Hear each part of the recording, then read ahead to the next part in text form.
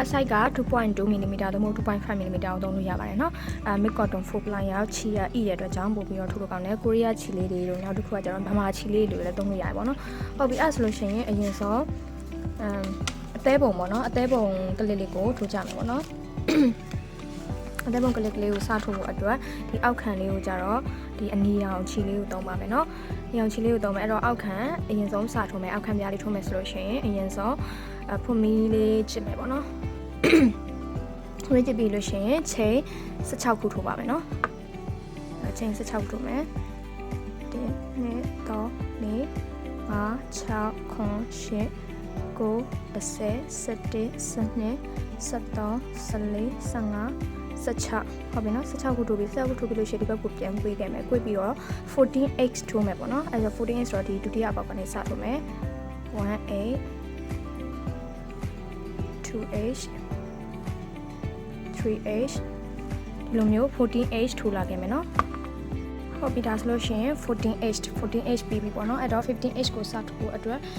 15h မှာဆိုရင်သူ W ထိုးရမယ် W ဆိုတာကတစ်ပေါက်ထဲမှာ3တိုင်ပေါ့နော်3တိုင်ထိုးရမယ်အဲ့တော့1 2ပြီးတော့ဒီကြိုးစားလေးပါဒီလိုတိုင်းခဲ့မယ်နော်3ဟုတ်ပြီအဲ့ဒါပြီးရင်ဒီဘက်ကိုကျတော့ 13h ထိုးခဲ့မယ်အဲ့တော့ဘယ်အပေါက်ကနေစတော့မယ်ဆိုတော့ဒီတစ်ပေါက်ထိုးတဲ့တစ်ပေါက်ထဲနဲ့3ပေါက်ထိုးတဲ့အပေါက်ကိုကြော်ခဲ့မယ်ပေါ့နော်ဒီအပေါက်ကနေစထိုးမယ်အဲ့တော့ 13h ထိုးမယ်ဟိုဘက်တုန်းက 14h ထိုးတယ်ဒီဘက်က 13h ပဲထိုးမယ်နော် 1h sorry ချီကြံခဲ့လို့နော် 2h အဲ့လိုမျိုးထိုးရင်ဒီချီစာလေးကိုပါတစ်ခါတည်းတင်ခဲ့မယ်ပေါ့နော်ဒါလေးကိုပါတင်ခဲ့မယ် 2h ပြီးရင် 3h အဲ့ဒါ 14h sorry 13h ထိထိုးခဲ့မယ်ပေါ့နော်တော့ဒီမှာ 13h ထိုးပြီးပေါ့နော် 13h ထိုးပြီးလို့ရှိရင်ဒီမှာပိတ်ဖို့အတွက်တစ်ပေါက်ကျန်တယ်အဲ့တစ်ပေါက်ထဲလို့ကြတော့ V ထိုးမယ်ပေါ့နော် V ထိုးမယ်ဆိုတော့ဒီနောက်ဆုံးတစ်ပေါက်မှာတစ်ပေါက်ထဲမှာနှစ်တိုင်ထိုးမယ်ပေါ့နော်အဲ့တော့ V ထိုးမယ် V ထိုးပြီးလို့ရှိရင်ဒီပတ်ပထမအဆုံးစထိုးတဲ့အပေါက်ကိုတွားပြီးတော့ SLSD slit stitch ဆက်မယ်ပေါ့နော်ဒီလိုမျိုးလေးဖြစ်မယ်ဒါဆိုလို့ရှိရင်ဒါပထမ row ပြီးသွားပြီပေါ့နော်ဖွမီလေးတစ်ခုတက်မယ်ပြီးတော့ဒီပေါက်ထဲပါနော်ဒီစထိုးတဲ့ဒီအပေါက်ထဲမှာပဲဘာထိုးမလဲဆိုရင် V ထိုးမယ်အဲ့တော့အခုစထိုးမယ် 1h 2h V ဆိုတာကတစ်ပေါက်ထဲမှာတိုင်တို့နှစ်ခုပြောပါဘောနော်ဒီထဲမှာပဲအဲ့တော့ V ရပြီV ရပြီလို့ရှိရင်ဘာထိုးမလဲဆိုလို့ရှိရင် 13h ထိုးမယ် 13h ဆိုတာ73ခုတိုင်တို့73ခုပေါ့နော်1 2 3 73h ပြည့်အောင်ထိုးခဲ့မယ်နော်ဆိုလို့ရှိရင် 73h ပြည့်သွားပြီ 73h ပြည့်ရင်ဘာထိုးမလဲဆိုတော့ 3v ထိုးဖို့အတွက်သူကပေါက်3ပေါက်မှာ 3v ဆိုတော့တစ်ပေါက်မှာ2တိုင်ပေါ့နော်တစ်ပေါက်မှာတိုင်တို့2တိုင်ဘယ်နှပေါက်သုံးရမလဲဆိုတော့3ပေါက်အခုတစ်ပေါက်ပြီးလို့ရှိရင်ဒီမှာတစ်ပေါက်ထဲမှာတိုင်တို့2ခုစီ3ပေါက်ထိုးရမယ်ဒါဆိုရင်4ဆိုတော့ 3v ဆိုတော့6ဖြစ်မှာပေါ့နော်ဟုတ်ပြီနောက်ထပ်တိုင်တော့ဒီမှာ v ထိုးမယ်5 6ဟုတ်ပြီအဲ့ဒါဆိုရင် 3v ပြီးသွားပြီ3v ပြီးရင်ဘာထိုးမလဲဆိုလို့ရှိရင် 13h ပြန်ထိုးမယ်အဲ့တော့ဒီကနေစပြီးတော့ 13h ပြန်ထိုးမယ်1 2 3ဒီတောက်လျှောက် 13h ထိုးခဲ့မယ်နော်ပြီးအဲ့ဆိုလို့ရှိရင်ဒီမှာ 13h ထိုးပြီး 2v ထိုးရမယ် 2v ဆိုတာတစ်ပေါက်ထဲမှာ2တိုင်2ပေါက်ပေါ့နော်1v ပေါ့နော်အဲ့ပြီးရင် 2v အဲ့ဒါပြီးရင် 2v ပြီးလို့ရှိရင်ဒီဘက်ကိုသွားပြီးတော့ပထမဦးဆုံးထိုးခဲ့တဲ့အပေါက်ကိုသွားပြီးတော့ရှက်ကောဆက်မယ် SLSD ဆက်မယ်ဒါဆိုလို့ရှိရင် second row ပြီးသွားပြီပေါ့နော် second row မယ်ချိန်တစ်ခုထိုးပြီးလို့ရှိရင်အဲ့ထိုးခဲ့တဲ့အပေါက်မှာပဲ H ထိုးမယ် H ဆိုတာကတိုင်တို့တစ်ခုကိုပြောတာပါ H ထိုးမယ်ပြီးလို့ရှိရင်ဘေးနားအပေါက်မှာ V ထိုးပါမယ် V ဆိုတော့တစ်ပေါက်ထဲမှာ2တိုင်ထိုးမယ်ဟုတ်ပြီအဲ့ဒါပြီးလို့ရှိရင်ဘာထိုးမလဲဆိုတော့သူကအသေးပုံဖွာရတော့မှာပေါ့နော်အသေးပုံဖွာရတော့မှာဒီလိုမျိုးလေးဖွာရတော့မယ်အဲ့တော့ဘာထိုးမလဲဆိုတော့ T နဲ့ F နဲ့တစ်ပေါက်ထဲမှာ T နဲ့ F နဲ့ထိုးမယ်အဲ့တော့ T ဆိုတာကတိုင်လက်ပါအဲ့တော့ဒီဘက်ဘေးနားအပေါက်ထဲကိုတီထိုးမယ်တခါတည်းဆွဲထုံမယ်ဒါတိုင်လက်ပြီးလို့ရှိရင်အဲ့ဒီအပေါက်ထဲမှာပဲတိုင်ရှည်ထိုးမယ်တိုင်ရှည်ကတရစ်တင်တိုင်ရှည်ပေါ့နော်သူကနှစ်ခုချင်းစီဖြုတ်မယ်ဟိုကသုံးခုစုံတန်းဖြုတ်တာပေါ့နော်ဟုတ်ပြီအဲ့လိုမျိုးထိုးပြီးလို့ရှိရင်ဘာထိုးမလဲဆိုတော့ 3e သူ့ရဲ့ဘီနာအပေါက်ဒီမှာ 3e ဆိုတာကကြတော့တစ်ပေါက်ထဲမှာနှစ်ရစ်တင်တိုင်ရှည်ပေါ့နော်တစ်တိုင်ထိုးမယ်အဲ့တော့3ခါထိုးမယ်တရစ်နှစ်ရစ်ပြီးရင်ဒီဘက်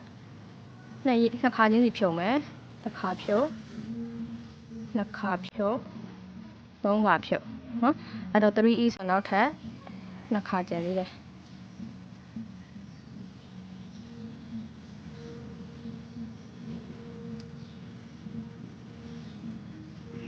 ဒီပလိုင်းနေရာလေးနည်းနည်းပြုတ်ထွက်လို့ရှိရင်ချီရတာနည်းနည်းကွာဖြစ်တယ်နော်ကြံတတ်ထောင်နေလို့ရှိရနော်တခါတည်း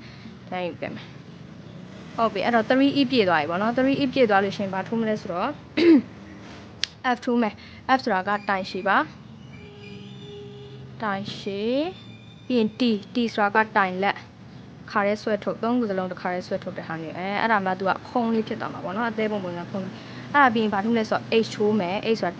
တိုင်တူပြီးရင် c ထိုးမယ် c ဆိုတာက slit တဲ့ဒီလိုမျိုးလေးယူလိုက်မယ်ပြီးလို့ရှိရင်ဘာပြန်ထိုးမလဲဆိုတော့ဒီဘက်ဘေးနားမှာ h ပြန်ထိုးမယ် h ပြန်ထိုးပြီးရင် h ထိုးမယ် h ထိုးပြီးရင်ဘာထိုးမလဲဆိုတော့ t ထိုးမယ် t ထိုးတိုင်လက်ထိုးမယ်ပြီးရင်တိုင်ရှိထိုးမယ်တရစ်တင်တိုင်ရှိ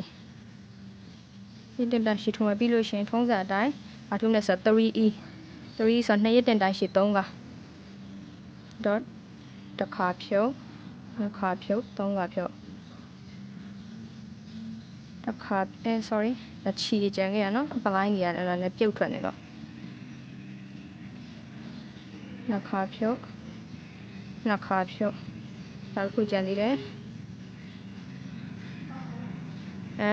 ဒါဆိုလို့ရှိရင်ဒါ3ရက်တက်ရှိပြီးသွားတယ်3ရက်တက်ရှိပြီးရင်ဘာလုပ်မလဲဆိုလို့ရှိရင်တစ်ပေါက်ထဲမှာတိုင်လက်နဲ့တိုင်ရှင်နဲ့ထိုးမယ် sorry တိုင်လက်နဲ့တိုင်ရှင်ဆိုတော့ဒါတိုင်ရှင်ရင်ထိုးမယ်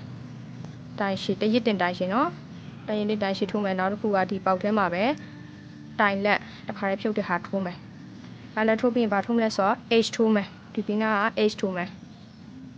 ဆိုမျိုးလေး h ပြီးရင် v ထိုးမယ် v ဆိုတော့တစ်ပေါက်ထဲမှာတိုင်တူနှစ်ခုထိုးမယ် v ထိုးပြီးရင် h ပြန်ထိုးမယ် h ပြန်ထိုးပြီးရင် 5h ထိုးမယ် 5h ဆိုတော့တိုင်တူက1 2 3 4 5နောက်ဒီလိုမျိုးလေးဖြစ်မယ်နော် 5h ပြီးရင် t ထိုးမယ် t ဆိုတော့တိုင်လက်ဆိုတော့ပြီးနာအပေါက်မှာတိုင်လက်တစ်ခါဖြုတ်တာထိုးမယ်တိုင်လက်ပြီးရင်တိုင်ရှည်တရစ်တင်တိုင်ရှည်ထိုးမယ်တရစ်တင်တိုင်ရှည်ထိုးမယ်အဲ့ဒါပြီးရင် e ထိုးမယ် e ဆိုတော့2ရစ်တင်တိုင်ရှည်ပေါ့နော်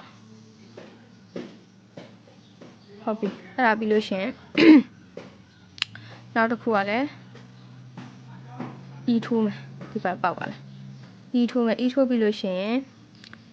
တိုင်ရှည်ထိုးမယ်တရစ်တင်တိုင်ရှည်ထိုးမယ်တရစ်တင်တိုင်ရှည်ထိုးမယ်ပြီးလို့ရှင်တိုင်လက်ထိုးမယ်တိုင်လက်ပြီးရင် 5h ထိုးမယ်1 2 3 4 5up လို့ရှိရင် h ထိုးမယ် h ပြီးရင်ဒီဘက်မှာတိုင်ဝါးလေးထိုးမယ်အဲ့ဒါဆိုလို့ရှိရင်ဒါပြီးပြီပေါ့နော်ဒါအောက်ခံပြားလေးပြီးရင်ဒီဘက်ကဒီမှာဦးဆုံးထိုးခဲ့တဲ့အပေါင်းလဲ SLSD set ဒီလိုမျိုးလေးရမယ်ပေါ့နော်အဲ့ဒါကအောက်ခံဖဲပြားလေးကလည်းလွယ်လွယ်လေးပါအဲ့တော့အရင်ဆုံးဒီမှာ magic ring လေးလုပ်မယ် magic ring လေးပေါ့နော် magic ring လေးကိုတချို့ကဒီလိုမျိုးကင်တာရှိရပေါ့နော်ကျမတို့ဒီလိုမျိုးပဲကင်တတ်တယ်အဲ့တော့ဒီလိုပဲကင်မယ်ပေါ့နော်ဒီလိုမျိုးလေးယူလိုက်တယ်ကင်ပြီးလို့ရှိရင်ဒီမှာဒီလိုမျိုးချီဟိုထိုးမယ်ဖုန်းမီ3ကချိန်3ကထိုးမယ်1 2 3ပြီးလို့ရှိရင်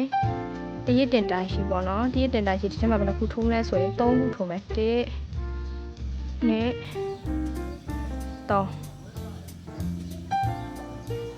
ပြီးရင်1 2 3အဲ့ဒါလေးပြန်ပိတ်ပြီးရင်ဒီဘက်ကခွင်းနဲ့တွားပြီးတော့ SLSD လို့နော်အပြီးနောက်တစ်ခု3ခွင်း3ပြ3ချိန်3ကထိုးပြီးရင်တရစ်တင်တိုင်ရှိ3ကထိုးနဲ့3ပြီးရင်1 2 3ကပြန်ပိတ်ပြီးရင် SLSD လို့ SLSD ပြီးရင်ဒီကျိုးစာလေးကိုဆွဲထုတ်လိုက်ဒီလိုမျိုးလေးဖြစ်မှာပြီးလို့ရှင်ကတ်ချင်းနဲ့ညှက်လို့ရပြီဂရင်းလေးပဲ sorry ကလစ်ထိုးတဲ့နီးလေးပဲပြပေးမယ်ပေါ့နော်ဒီလိုမျိုးလေးကတ်ကော်လေးနဲ့ကတ်အဲ့ဒါဆိုရင်ဒါသဲပုံကလစ်လေးရသွားပြီပေါ့နော်နောက်တစ်ခုကကျတော့flower ကလစ်လေးထိုးမယ်ပေါ့နော်အဲ့တော့ဒီလိုအရောင်လေးတွေကကိုကြိုက်တဲ့အရောင်သုံးလို့ရတယ်ပေါ့နော်ဒီမှာဆိုလို့ရှိရင်အောက်ခံကိုပန်းရောင်လေးသုံးမယ်ပြီးတော့ ပန်းပွင့်ကိုကြတော့ sorry အောက်ခံကိုကြတော့အစိမ်းရောင်လေးသုံးမယ်ပြီးတော့ဒီဝစ်ဆန်ကိုကြတော့အနီရောင်လေးနဲ့ပွင့်ဖောက်ကိုကြတော့ပန်းရောင်လေးသုံးမယ်ပေါ့နော်ဟုတ်ပြီအဲ့တော့အရင်ဆုံးအောက်ခံလေးထိုးပါမယ်နော်အောက်ခံလေးထိုးဖို့အတွက်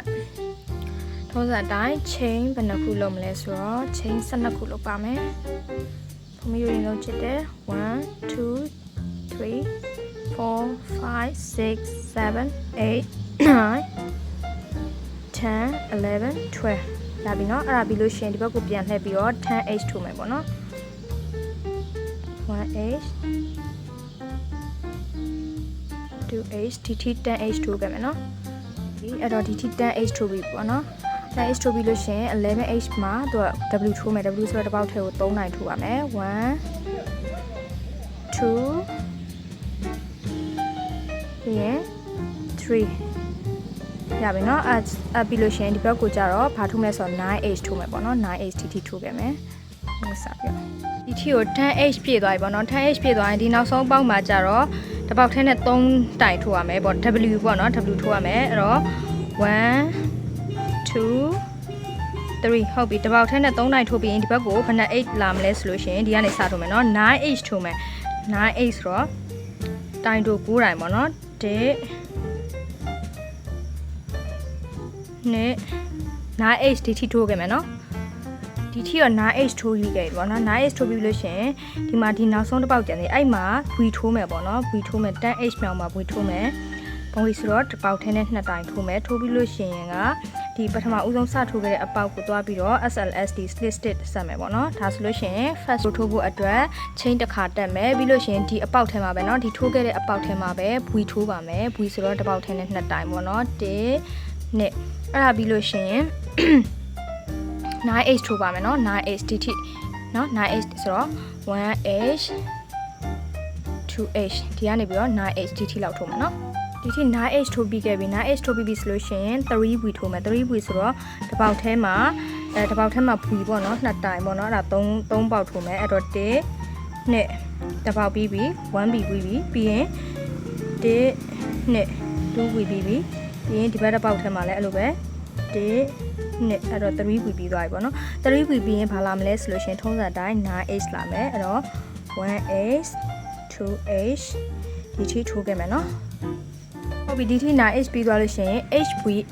3ခါလုံးမယ်ပေါ့နော် h တစ်ပေါက် v တစ်ပေါက် h တစ်ပေါက် v တစ်ပေါက် h တစ်ပေါက် v တစ်ပေါက်ဆိုတော့အားလုံးပေါင်း6တိုင်ပေါ့နော်6ပေါက်ကို hv လုံးမယ်အဲ့တော့အရင်ဆုံးစပြီး h ပြီးလို့ရှိရင်နောက်တစ်ပေါက်ကျတော့ v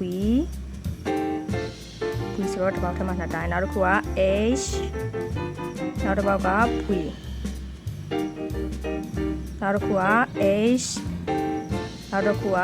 v ဟုတ်ပြီ hv 3ကလုပ်ပြီးသွားပြီဆိုထုံးစံအတိုင်း 9h ထိုးမယ် 1h 2h 3h ဒီထိထိုးခဲ့မယ်နော်ဒီ 9h ပြည့်သွားပြီ 9h ပြည့်သွားရင် hv နှစ်ခါလုပ်မယ်ကျန်တာ4ပေါက်ပေါ့နော်အဲ့တော့ h v အဲ့ပြီးလို့ရှိရင်ဒီဘက်မှာကျန်တဲ့4ပေါက်ကို hv လုပ်မယ်အဲ့တော့ h ဒီဘက်မှာ v နောက်တစ်ပေါက်မှာ h နောက်တစ်ပေါက်မှာ v အဲ့ဒါဆိုလို့ရှိရင်ဒီဘက် row အတွက်ကပြည့်သွားပြီပြီးလို့ရှိရင်ဒီပထမဦးဆုံးဆက်တဲ့ဟာနဲ့ပထမဦးဆုံးအပေါက်နဲ့ shot ကိုဆက်မယ်ဟုတ်ပြီအဲ့ဒါပြီးရင်နောက်ထပ်တစ် row ကကြတော့ဒါလေးအကုန်လုံးကိုဟိုပေါ့ 1h လိုက်ထိုးမယ်အဲ့တော့အားလုံးပေါင်း36ထိုးရှိရမယ်ပေါ့နော်အဲ့တော့ပထမဦးဆုံးပုံမီလေးတစ်ခုကြည့်ပြီးတော့ဒီကနေစပြီးတော့ထိုးမယ် 1h အဲ့လိုမျိုးထိုးတဲ့အခါကျတော့ဒီနေရာမှာကျတော့နည်းနည်းလေးပေါ့နော်ချီကိုကြဲကြဲလေးထိုးမယ်ကြဲကြဲလေးဆိုတာကဒီ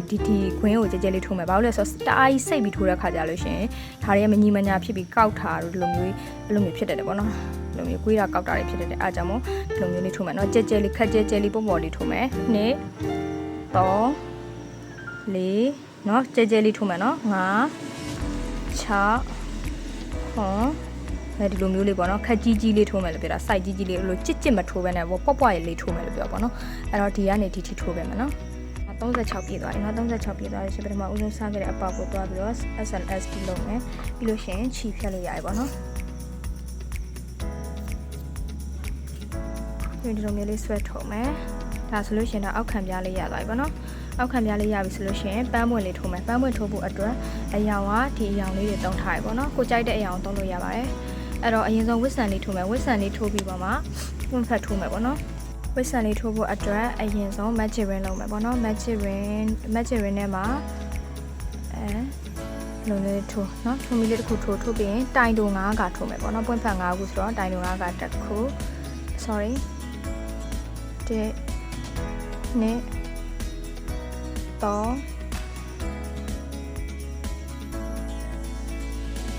လေးငါးခုပြည့်သွားပြီပေါ့ငါးခုပြည့်ရင်ဒီလိုမျိုးလေးဆွဲပြီးချီဆွဲမယ်ဆွဲပြီးလို့ရှိရင်ဒီပထမအဆုံးစားခဲ့တဲ့အပေါက်လေးကိုသွားပြီးတော့ဆက်မယ်ပေါ့နော်ဒီလိုမျိုးလေးဆက်ပါမယ်အဲ့ဒါပြီးရင်ချီကိုညှက်ထုတ်လိုက်ဒါကကြတော့ဝစ်ဆန်လေးပေါ့နော်ဒါဝစ်ဆန်လေးရပါပြီဝစ်ဆန်လေးပြီးလို့ရှိရင်ပွင့်ဖက်ထိုးမယ်ပွင့်ဖက်ထိုးဖို့အတွက်ဒီဝစ်ဆန်မှာထိုးထားတဲ့ဖုံမီလေးတွေရဲ့တစ်ပေါက်ချင်းစီကို attach လုပ်မယ်ပေါ့နော်အဲ့တော့ဒီကနေပြီးတော့နောက်ကိုကြိုက်တဲ့နေရာတစ်ခုကနေပြီးတော့ချီအလေးထိုးပြီးတော့ရှင်ဒီမှာချီစအောင်ဆွဲယူမယ်ဆွဲယူပြီးရင်ဖုံမီ3ကတက်မယ်နော်1နဲ့တော့တက်ပြီးလို့ရှင်တရစ်တင်တိုင်းရှိနှစ်ခါထိုးမယ်တစ်ခါဒီအပေါက်ထဲမှာပဲเนาะဒီပေါက်ထဲမှာပဲနှစ်ခါထိုးမယ်ပြီးလို့ရှိရင်ဖုံမီ3ကထိုးမယ်1 2 3အဲ့ပြီးလို့ရှိရင်ဒီဘီနာအပေါက်เนาะသူနဲ့ကက်ရဲ့အပေါက်ထဲကိုသွားပြီးတော့ဒီချီစားကိုလည်းတစ်ခါလေးတင်ခဲ့မယ်เนาะချီစားကိုတစ်ခါလေးတင်ခဲ့ပြီးတော့သူရဲ့ဘီနာအပေါက်ကိုသွားပြီး SLSD လုံးမယ်ပြီးလို့ရှိရင်ဖုံမီ3ကတက်မယ်1 2 3ပြီးလို့ရှိရင်ဒီအပေါက်ထဲမှာပဲเนาะဒီအပေါက်ထဲတော့အပေါက်က9ပေါက်ပဲရှိရဆိုတော့တစ်ပေါက်ကိုတစ်ပွင့်ဖက်တစ်ခုချင်းစီเนาะပြီးလို့ရှိရင်1 2 3အပြီးလို့ရှင်ဒီဘေးနာအပေါက်ပေါ့နော်ဘေးနာအပေါက်ကို slit လို့အဲ့ဒီအပေါက်မှာပဲနောက်ထပ်ဖုံမီ3နိုင်တက်ပြီးလို့ရှင်အဲ့ဒီအပေါက်ထဲမှာပဲတိုင်ရှည်2တိုင်ထိုးမယ်ပေါ့နော်တိုင်ရှည်2တိုင်ထိုးပြီးရင်ဖုံမီ3ခုထိုးပြီးလို့ရှင်သူ့ရဲ့ဘေးနာအပေါက်မှာရှက်ကော်ဆက်အဲ့ဒီရှက်ကော်ဆက်ထားတဲ့အပေါက်မှာပဲနောက်ထပ်ဒီလိုမျိုးလို့အဲ့လိုမျိုး9ပွင့်ထိုးမယ်ပေါ့နော်အခု2ပွင့်ကျန်တာကတော့ဆက်ပြတော့เนาะအဲ့လိုမျိုးပတ်သက်လဲ9ပွင့်ကြီးအောင်ထိုးပါမယ်ဒီနောက်ဆုံးရပြီပေါ့နော်နောက်ဆုံးရရင်အဲ့ဒီထဲမှာမျိုး SLSD လုပ်ပြီးတော့ဖြတ်လိုက်ရမယ်เนาะချီရချင်းရင်ဒီလေးဆွဲမယ်ဒီလိုပုံစံမျိုးလေးရမှာပေါ့နော်ပြီးလို့ရှိရင်ဒီနောက်ကကျိုးလေးတွေကိုသူ့အနေနဲ့သူချီတက်တာချီမယ်ပေါ့နော်ပြီးရင်တော့ဖြတ်ရပါမယ်ဒါလေးတွေကိုလည်းခိုင်အောင်လို့အရင်ဆုံးချီလိုက်ပါမယ်เนาะကဲဒါဆိုလို့ရှိရင်ပန်းမွန်လေးရသွားပြီပန်းမွန်လေးရပြီးရင်ဘာထိုးမလဲဆိုရင်အရွက်လေးထိုးမယ်ပေါ့နော်အရွက်လေးကကျတော့ဒီမှာအောက်ခံပြားကိုအစိမ်းရောင်အနှုတ်လေးထိုးရတဲ့အတွက်ကြောင့်အရွက်ကလေးကို sub green ဒီညအောင်အစိမ်းလေးနဲ့ထိုးမယ်ပေါ့နော်ဒီမှာဒါဆိုရင်ပန်းမွန်လေးရသွားပြီနော်ဒီလိုမျိုးလေးဖြစ်ပါမယ်အဲ့တော့အရွက်လေးထိုးကြမယ်အရွက်လေးထိုးဖို့အတွက်အယောင်လေးကနည်းနည်းအစိမ်းရင်အယောင်လေးကိုသုံးမယ်ပေါ့နော်အဲ့တော့အရင်ဆုံးချီမယ်ချီပြီးလို့ရှိရင်ဖုံမီ6ခုထိုးမယ်ပေါ့နော်1 2 3 4 5 6เนาะ6ခုထိုးမယ်6ခုထိုးပြီးရင်ဘေးနာအပေါက်ကနေပြီးတော့ဘေးနာအပေါက်ကို slit လေးလုပ်မယ်ရှက်ကော်လေးလုပ်မယ်ဒုတိယအမြောက်အပေါက်ကိုကြတော့တိုင်တိုလေးထိုးမယ်တတိယအမြောက်ပေါက်ကိုကြတော့တိုင်လက်လေးထိုးမယ်เนาะသူကတဖြည်းဖြည်းနဲ့ကြီးသွားပါပေါ့နော်နောက်ပေါက်ကိုတိုင်ရှည်လေးတရစ်တင်တိုင်ရှည်လေးထိုးပါမယ်ပြီးလို့ရှိရင်နောက်ပေါက်ကိုကြတော့ SLSD sorry ဘာပေါ့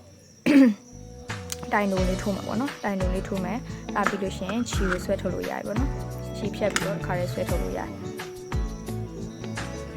ဒါဆိုရင်အရွက်လေးပြီးပြီပေါ့နော်ဒီလိုမျိုးလေးဖြစ်ပါမယ်အရွက်လေးရနော်ဟုတ်ပြီအဲ့ဒါဆိုလို့ရှိရင်